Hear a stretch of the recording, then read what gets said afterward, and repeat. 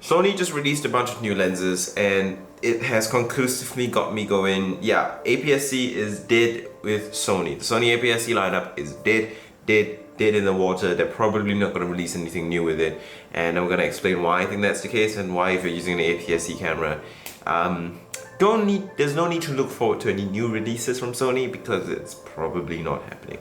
Let's take a look at what Sony's done recently that tells me so. So first and foremost, they released the A7C, which is a very tiny full-frame camera. It's something that, you know, basically is even more compact than some of the APS-C cameras out there. And it's really compact and it's very powerful and it's really small and it's full frame and it's all around a lovely little camera. And then they released a bunch of tiny lenses for the A7C, which make the whole kind of package even smaller than if you were to use an A6600 with the Sigma 16 f1.4 prime and stuff like that. So this tells us that Sony has gone to a point where they're not afraid to make really tiny full frame cameras that will basically eat up market share from their own APS-C cameras. So what does it tell us? The APS-C lineup is probably dead. And if you look at what APS-C has gotten from Sony the last couple of years, it's very little. They've gotten the new 1655 f2.8 lens from Sony. That's pretty much it. APS-C has pretty much seen very little development, and even the latest APS-C camera, the A6600, is just a refreshed A6500 with a bigger battery and a flip-up screen and some software color updates. But apart from that, there's very little bit that's been added to the APS-C lineup. So as a result, it tells us that the APS-C lineup has lost all care or hope or attention from the Sony lineup. But if you're someone shooting on APS-C, there's really no need to look forward to any new releases because that probably isn't happening. Now, I'm not saying you should go sell out all your gear and just buy new gear because it's not necessary. If you're happy with your APS-C cameras, it will be fine. Just don't be hopeful that, you know, your Sony APS-C lenses will have any use on newer Sony cameras because chances are they're all going to be full frame.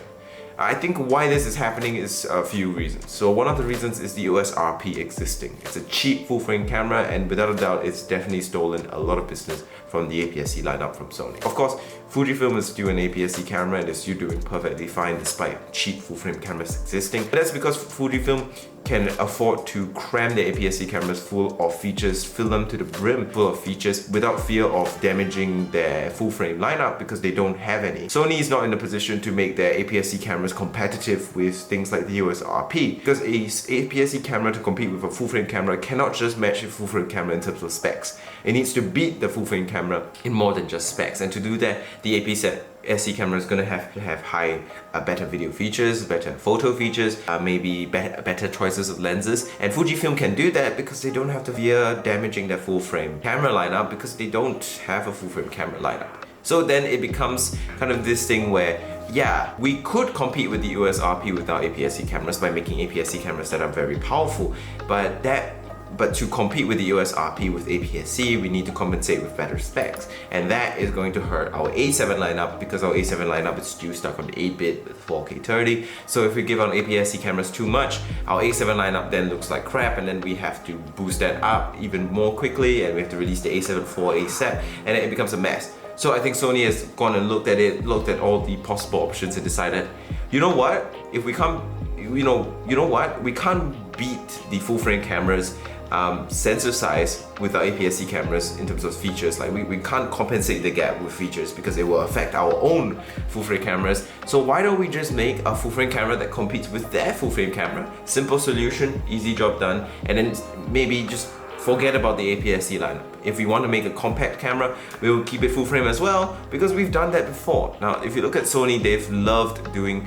stuff where they put big full-frame sensors, big sensors in tiny bodies. They've done it with the RX1 series. I think the RX10 is like a APS-C, or I think in 1-inch sensor. The RX100 is also a big sensor for a compact point and shoot. So as a result, they have a habit of putting big sensors in tiny bodies, and they've done that with the A7, and now they've done it even more with the A7C. So yeah, the APS-C lineup for Sony is absolutely inconclusively dead. People who argue otherwise are plain flat out wrong. It's pure economics. Sure, I think they might keep 1 or 2 models around in the future, but once these current A6000 cameras are discontinued, I find it highly unlikely that any new models will be coming out. Sure, maybe there might be an A6150 or A6200 that, you know, really caters to a proper entry level, like a really low end entry level camera that, you know, someone buys because they want to do YouTube vlogs and they want to take some nice photos of their family on holiday. That is the absolute limit. I do not see APS-C getting any sort of professional upgrades coming in the future.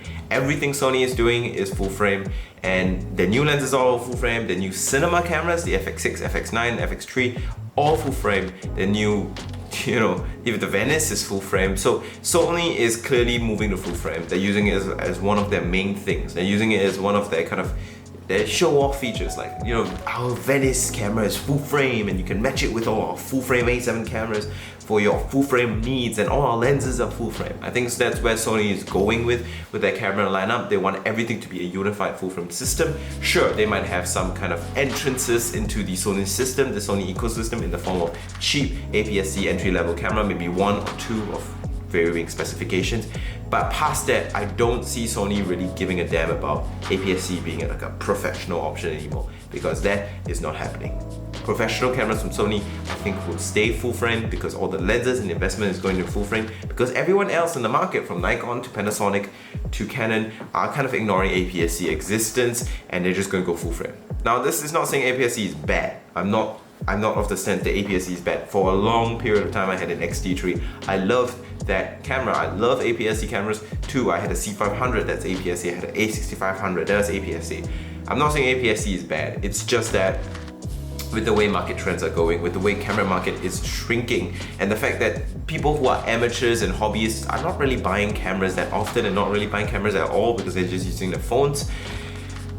APS-C is making, you know, having an APS-C lineup that's kind of your cheaper, more compact lineup as an alternative to your full frame lineup, especially with how good full frame sensors have gotten in terms of being compact and, you know, being able to operate at tiny bodies. With the improvements of full frame sensors, there's just no need for a separate APS-C lineup to cater to a more compact friendly audience, to cater to an audience that needs more compact cameras that's cheaper and more beginner friendly, because you can do that with full frame now. The audience that is kind of beginner, you know, hobbyists, they're very tiny anyway, so it doesn't really matter. So that's my stance on this thing. That's how I see things going.